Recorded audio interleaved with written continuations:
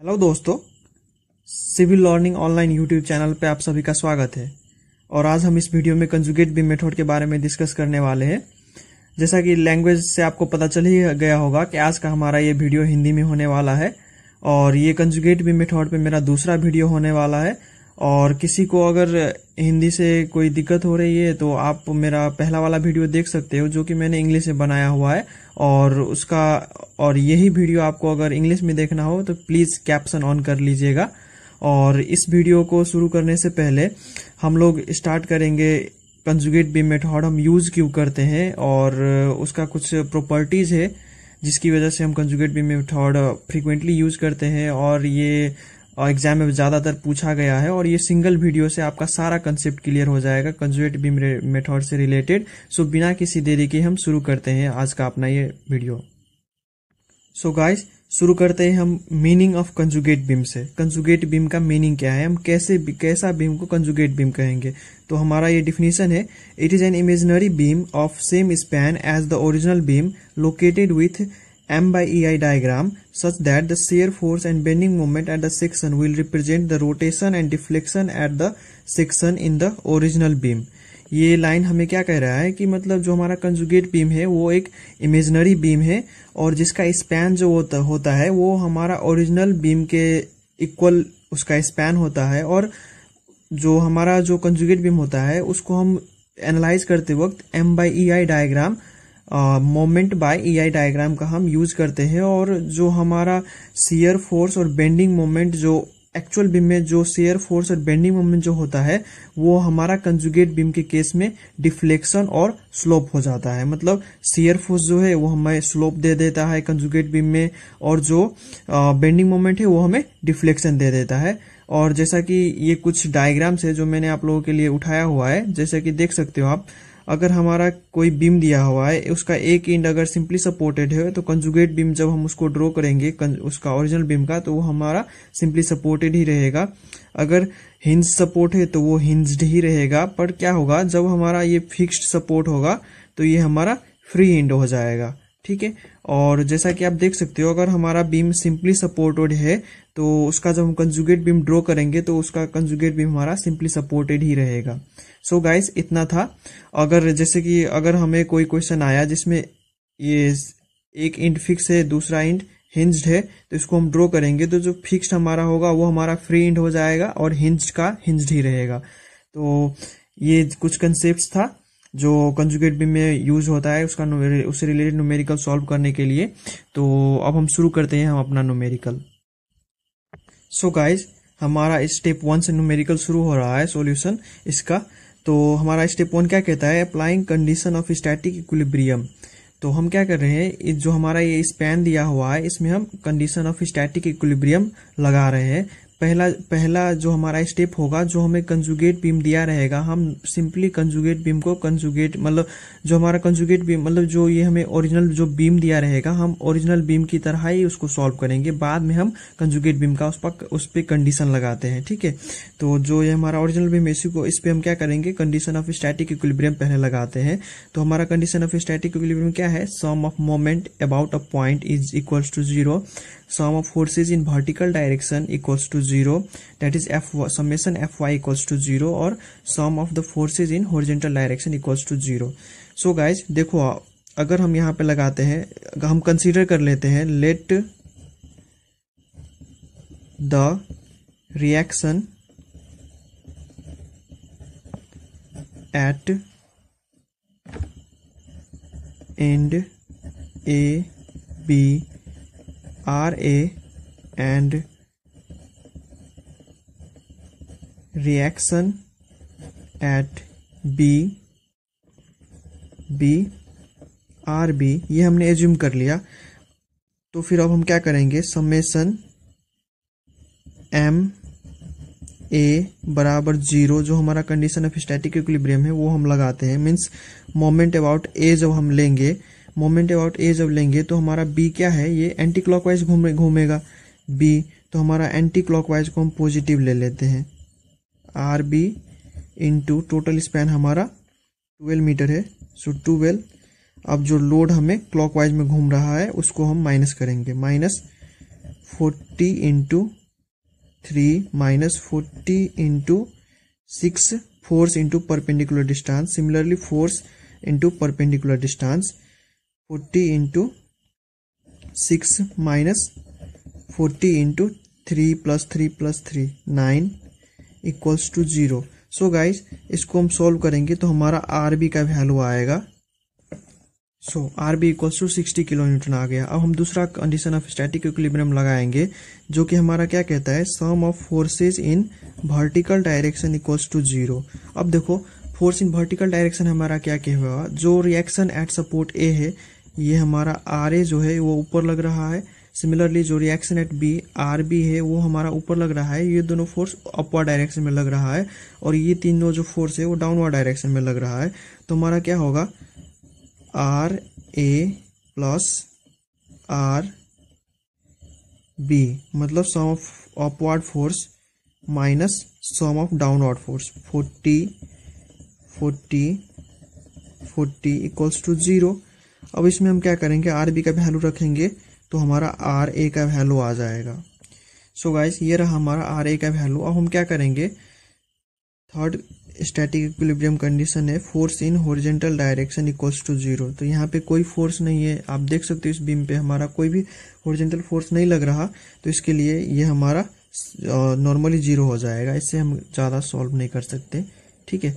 अब हमारा स्टेप 2 आता है। तो स्टेप 2 के लिए अब हम क्या करेंगे, जो हमारा जो ये ओरिजिनल बीम है इसका हम कंजुगेट बीम ड्रॉ करेंगे। तो देख सकते हो आप गाइस, मैंने आपको पहले भी दिखाया है, जब हमारा सिंपली सपोर्टेड बीम रहेगा तो उसका हम कंजुगेट बीम ड्रॉ करेंगे तो सिंपली सपोर्टेड ही बनेगा। तो हम क्या करते हैं, पहले ये ओरिजिनल बीम दूसरा पेज में ओरिजिनल बीम बनाते हैं, फिर उसका कंजुगेट बीम बनाते हैं, फिर आगे हम सॉल्व करेंगे। सो गाइस मैंने फिर से ये ओरिजिनल बीम बना लिया है और जैसा कि अगर हमारा ये फिक्स्ड इंड होता तो हम कंजुगेट बीम, हमारा ये स्टेप में क्या करना था, हमें कंजुगेट बीम बनाना था। तो ये हमारा ओरिजिनल बीम हो गया और ये सिंपली सपोर्टेड है, तो इसका हम अगर कंजुगेट बीम भी बनाएंगे तो हमारा ये सिंपली सपोर्टेड ही रह जाएगा।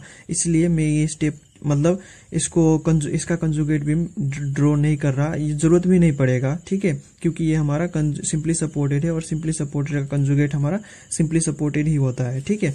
तो फिर अब हम क्या करेंगे, यहाँ पे जो हमने ये वैल्यूज कैलकुलेट किए थे रिएक्शंस वगैरह, इससे हम क्या करेंगे, मोमेंट फाइंड करेंगे और जो ये हमारा ओरिजिनल बीम है ना इसका हम बेंडिंग मोमेंट डायग्राम ड्रॉ करेंगे। तो वो करते हैं अब। सो गाइस अब हम मोमेंट कैलकुलेट करते हैं। तो मोमेंट एट ए को हम एम ए से नोट करते हैं और जैसा कि आप देख सकते हो हमारा जो ये बीम है ये सिंपली सपोर्टेड बीम है, तो हमारा क्या होता है, सपोर्ट के एंड पे मोमेंट हमेशा 0 होता है सिंपली सपोर्टेड बीम के केस में। इसको आप कैलकुलेट करके भी देख सकते हो। आपको क्या करना होगा, सिंपली जैसे मोमेंट अबाउट ए कर रहे हो तो आर बी मतलब 60 into 12 minus 40 into 3 minus 40 into 6 minus 40 into 9 करना है। इतना करो, ये सबको ऐड करोगे तो आपका मोमेंट एट ए हमारा 0 होगा। तो सिंपली हम इसको लिख सकते हैं moment at A equals to 0। अब देखो मोमेंट एट बी हम फाइंड करेंगे तो एम बी बराबर हमारा क्या हो जाएगा, मोमेंट एट सी हम कर रहे हैं, ठीक है, मोमेंट एट सी कर रहे हैं, ठीक है। तो मोमेंट एट सी हमारा क्या होगा, देखो मोमेंट एट सी हम करेंगे तो हमारा ये जो 60 किलोमीटर ए पे जो ये हमारा लोड है, रिएक्शन जो है ये हमारा क्या होगा, क्लॉकवाइज घूमेगा। तो हमारा एक साइन कन्वेंशन होता है, देख लो मोमेंट के लिए, ठीक है, ये हमारा पॉजिटिव पॉजिटिव और ये नेगेटिव नेगेटिव होता है, ठीक है।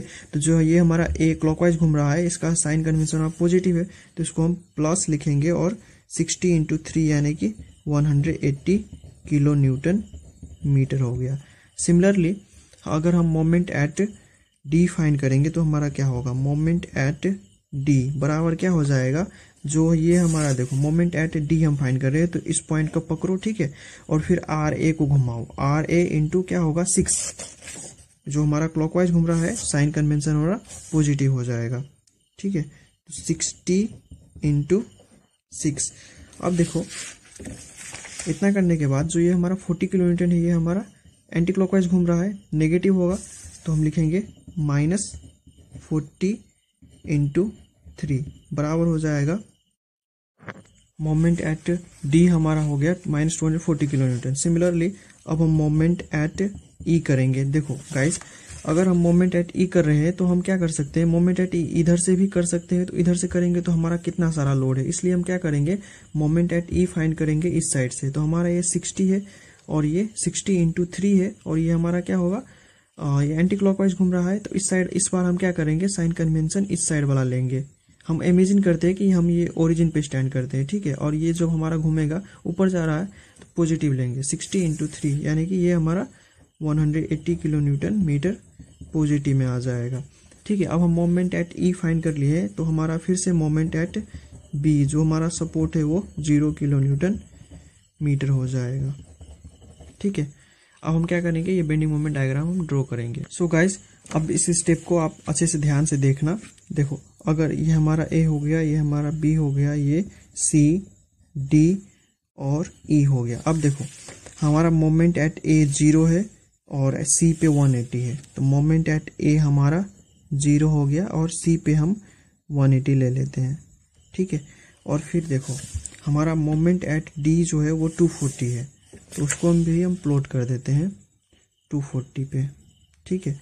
फिर हमारा क्या है, मोमेंट एट ई अगेन 180 है, ठीक है, तो हम इसके पैरेलल में 180 प्लॉट कर देते हैं। और फिर मोमेंट एट बी हमारा 0 है। अब सबको हम ज्वाइन करेंगे, और जैसे कि ये पॉइंट लोड है और हम बेंडिंग मोमेंट डायग्राम बना रहे हैं, तो ये ऑब्वियसली हमारा ट्रायंगुलर शेप का बनेगा। ये सब हमने सो में पढ़ा हुआ है, ठीक है। तो ज्वाइन करते हैं हम। सो गाइस, ये रहा हमारा बेंडिंग मोमेंट डायग्राम, ठीक है।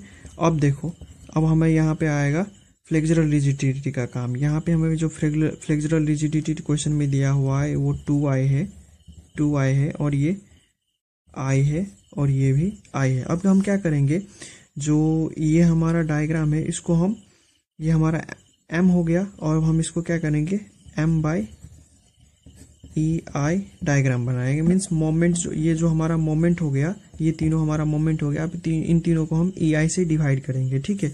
तो अब देखो गाइस, यहाँ पे ये 0 है मोमेंट, तो ये तो ऑब्वियसली यहाँ से 0 है तो 0 ही होगा। अब देखो गाइस, ये हमारा क्या है, 180 m हो गया, इसको हम 2 ई आई से डिवाइड करेंगे तो हमारा क्या हो जाएगा, 180 डिवाइड बाई 2 यानी कि 90, ये हमारा क्या हो जाएगा 90 बाई ई आई, ठीक है। अब देखो गाइस, अब हम यहाँ पे आएंगे, तो अब देखो गाइस, जैसे कि हमने क्या किया, 180 को फ्लेक्सुरल रिजिडिटी से डिवाइड किया, तो 180 डिवाइड बाई 2 ई आई हमारा 90 बाई आई हो गया। फिर हम इसी वैल्यू को क्या करेंगे, इस फ्लेक्सुरल रिजिडिटी से डिवाइड करेंगे ताकि हमारा इस साइड के लिए पॉइंट आ जाए। तो फिर हम क्या करेंगे, 180 को 2 ई आई से डिवाइड करेंगे तो फिर से ये हमारा 90 बाई ई आई आ गया। मीन्स ये हमारा इस साइड का काम हो गया है, तो इसको हम ज्वाइन कर देते हैं, ठीक है। अब देखो गाइस, हमारा ये क्या है, 240 है, ये हमारा 240 है और फ्लेक्सुरल रिजिडिटी हमारा 2 ई आई है, तो 240 को 2 ई आई से डिवाइड करेंगे तो हमारा क्या हो जाएगा, 120 बाई ई आई। 90 से थोड़ा ऊपर होगा ये 120, इसको थोड़ा ऊपर करते हैं और ये हमारा ये इसका लेंथ हो गया हमारा 120 बाई ई आई, ये हमारा हो गया 120 बाई ई आई। इसको हम ज्वाइन कर देते हैं, ठीक है गाइस। अब देखो, इतना करने के बाद अब जो हमारा ये 240 है, अब हम इस साइड के लिए देखेंगे, इस ट्रायंगल के लिए, इस पोर्शन के लिए देखेंगे, तो 240 बाई हमारा फ्लेक्सुरल रिजिडिटी सिर्फ आई है, तो 240 बाई ई आई ही हमारा होगा, यानी कि ये 120 यहाँ तक है तो 240 इसका डबल होगा, यहाँ पे आ गया, ये हमारा यहाँ तक आ गया 240 by E I. I hope समझ रहे हो आप लोग। देखो, हमने क्या किया, यहाँ पे 240 था और हमें इस साइड के लिए देखना था, तो हमने इससे डिवाइड किया, तो 240 को 2 से डिवाइड करने के बाद यहाँ तक हमारा 120 बाई ई आई आ गया। अब इस साइड देखेंगे तो ये लाइन तो हमारा 240 ही है, पर इसको हम ई आई से डिवाइड करेंगे तो हमारा 240 बाई ई आई ही आएगा, तो ये हमारा यहाँ पे आ जाएगा। और ये 180, तो 180 को हम क्या करेंगे, ई आई से डिवाइड करेंगे इस साइड के लिए भी, तो वो ये हमारा जो पॉइंट आएगा वो 180 बाई ई आई ही आएगा इस साइड के लिए भी, और इस साइड के लिए भी हम करेंगे 180 को ई आई से डिवाइड, तो हमारा 180 बाई ई आई आएगा। 180 को इस साइड के लिए करेंगे तो भी हमारा सेम वैल्यू आएगा, ठीक है। तो इसको हम ज्वाइन करते हैं। अब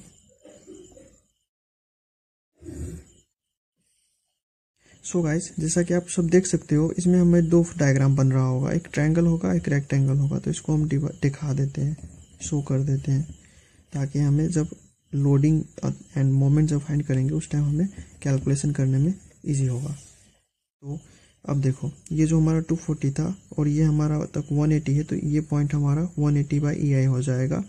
और जैसे ये 90/EI है तो यहाँ तक ये 90/EI हो जाएगा, और ये हमारा 120/EI हो जाएगा। 90/EI है ये, और ये हमारा 120/EI है। ये सब हम यूज़ करेंगे। अब जब हम लोडिंग फाइंड करेंगे तो हमें एक टेबल की ज़रूरत पड़ेगी जो हम ड्रॉ करने वाले हैं। सो गाइज, वीडियो पॉज करके आप सब भी जल्दी से ये टेबल बना लीजिए और फिर हम इसको आगे सॉल्व करते हैं। गाइज, लिखते हैं पहला स्पैन हम पहले AC लेते हैं, ठीक है। तो AC पे हमारा लोडिंग क्या होगा, जो ये देखो आप सब देख सकते हो, ये हमारा क्या है, एक ट्रायंगल है। तो इसका लोडिंग जो हमारा AC पे होगा, ये एरिया ऑफ ट्रायंगल होगा।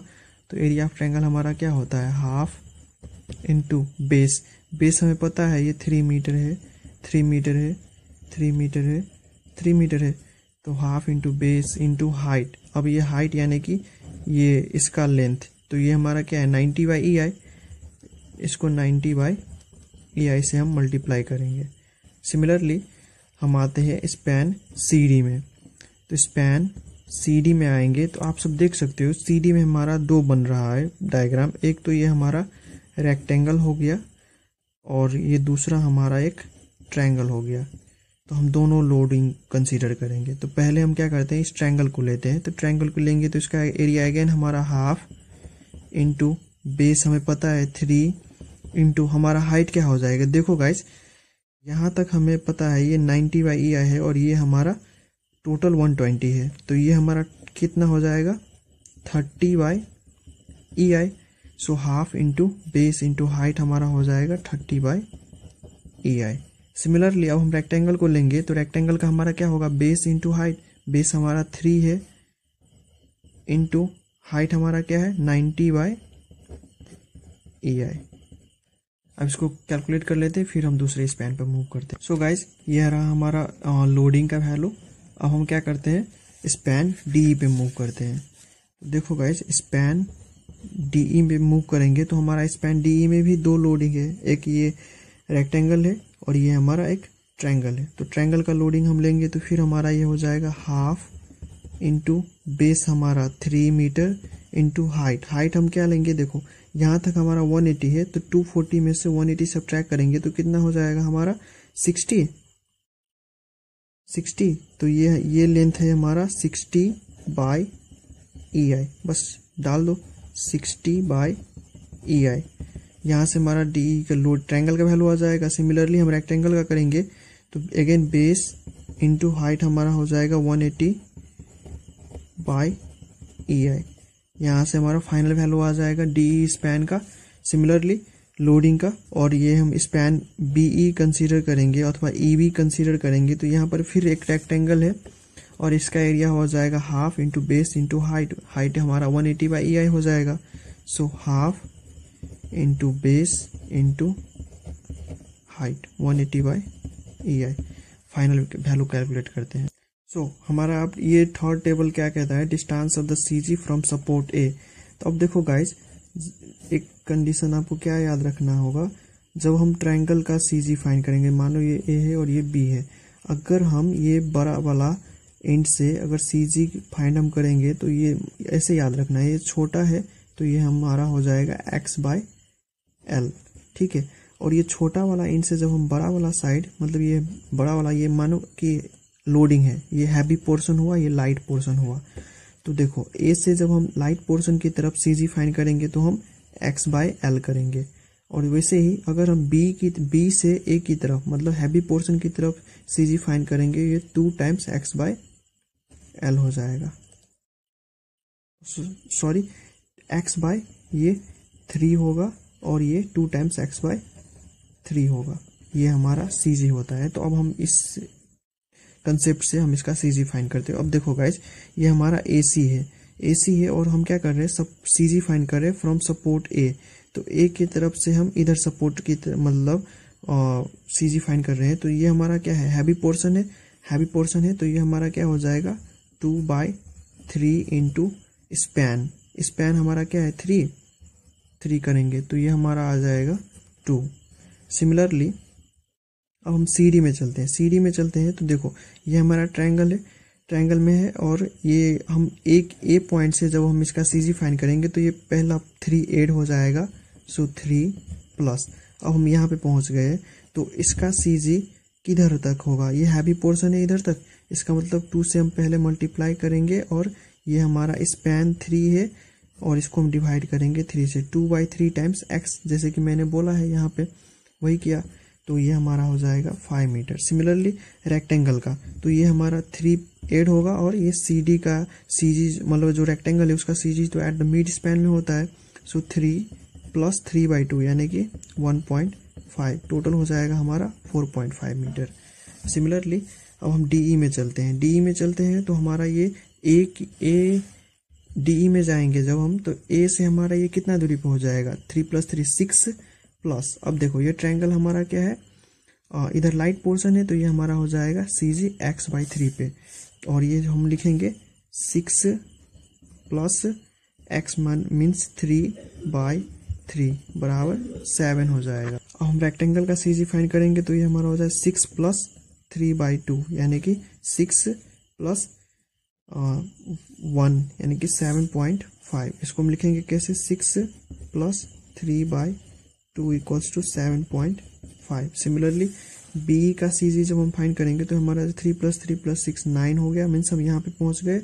और ये इसका जब हम CG फाइंड करेंगे अबाउट A तो ये हमारा लाइट पोर्शन नीचे जाएगा, लाइट पोर्शन जब जाएगा तो हमारा क्या होगा x/3 यानी कि x हमारा 3 है, सो 3/3 यानी कि 1 होगा, हो जाएगा हमारा 9 प्लस 3/3 इक्वल्स टू 10। अब हमें मोमेंट फाइंड करना है अबाउट A, तो हम सिंपली क्या करेंगे इस लोडिंग को इस CG से मल्टीप्लाई करके मोमेंट फाइंड कर लेंगे, तो वो हम कर लेते हैं, इसको बस मल्टीप्लाई करना है, करते हैं। सो गाइज ये रहा हमारा मोमेंट का वैल्यू, आप इसको पॉज करके नोट कर सकते हो। अब हम क्या करेंगे summation W means sum of all the load हम फाइंड करके यहाँ लिखेंगे और यहाँ पे हम समेशन M करेंगे, सम ऑफ ऑल द मोमेंट यहाँ पे हम लिखेंगे। तो करते हैं ऐड सबको। हमने 80% तक अपना न्यूमेरिकल सॉल्व कर लिया है, अब हम फाइनल स्टेप की तरफ पहुंचने वाले हैं। तो इससे पहले अब हमारा कुछ स्टेप्स रह गया है जिसमें हम अब शेयर फोर्स और बेंडिंग मोमेंट फाइंड करेंगे, जो कि हमारा स्लोप और डिफ्लेक्शन देगा। तो इसके लिए हमें सबसे पहले रिएक्शन फाइंड करना पड़ेगा इन कंजुगेट बीम में, तो फाइंड करते हैं वो। तो गाइज ये हमारा स्टेप 3 था और ये हमारा स्टेप 4 हो गया जिसमें हम रिएक्शन फाइंड करेंगे कंजुगेट बीम का। तो हम कंसीडर करते हैं let reaction at AB R' and reaction at B RB'। तो हम फाइंड करते हैं taking moment about A। So guys ये स्टेप आप जरा ध्यान से देखना, हम क्या कर रहे हैं टेकिंग मोमेंट अबाउट A कर रहे हैं। तो मोमेंट अबाउट A जब लेंगे तो हमारा क्या होगा R' B इंटू 12 लिखते हैं, R' B इंटू 12 माइनस। अब हम क्या करेंगे देखो हम मोमेंट अबाउट A ले रहे हैं तो इस loading into CG from A, ये total load into CG from this A, तो हमने क्या किया है और ये load from into CG multiplied by CG from A, तो हमने इसका वैल्यू ऑलरेडी यहाँ पे कैलकुलेट कर लिया है। देख सकते हो आप हमारे पास लोडिंग है और CG से हमने अबाउट A लेके कर लिया है, हमारा टोटल मोमेंट आ गया 9090 बाई EI। तो हम इसको अब टोटल करते हैं और हम माइनस में भी लिख सकते हैं 9090 बाई EI इक्वल्स टू 0 हो जाएगा। तो हमारा यहाँ से R' B का वैल्यू आ जाएगा जो कि होगा 9090 बाई 12 EI। अब देखो गाइस हमें पता चल गया कि R' B इतना है। अब हमें क्या है मतलब जो total upward force equals to total downward force होगा, ये हमारा दूसरा लाइन है। Total upward force equals to total downward force होगा और मतलब टोटल अपवर्ड फोर्स यानी कि R' और R' B equals to total load जो नीचे लग रहा है। तो हमारा टोटल लोड जो नीचे लग रहा है ये हमने कैलकुलेट किया है। टोटल लोड जो नीचे लग रहा है वो क्या है एक्चुअल में जो ये सब जो हमारा डायग्राम बना है, ये ट्रायंगल हो गया, ये ट्रायंगल हो गया, ये रेक्टेंगल, ये रेक्टेंगल, ये रेक्टेंगल, ये ट्रायंगल, सबका सम नीचे लग रहा है। तो हमने उसको ये कैलकुलेट कर लिया है। तो टोटल लोड जो हमारा डाउनवर्ड लग रहा है वो हमारा क्या है 1350 बाई EI।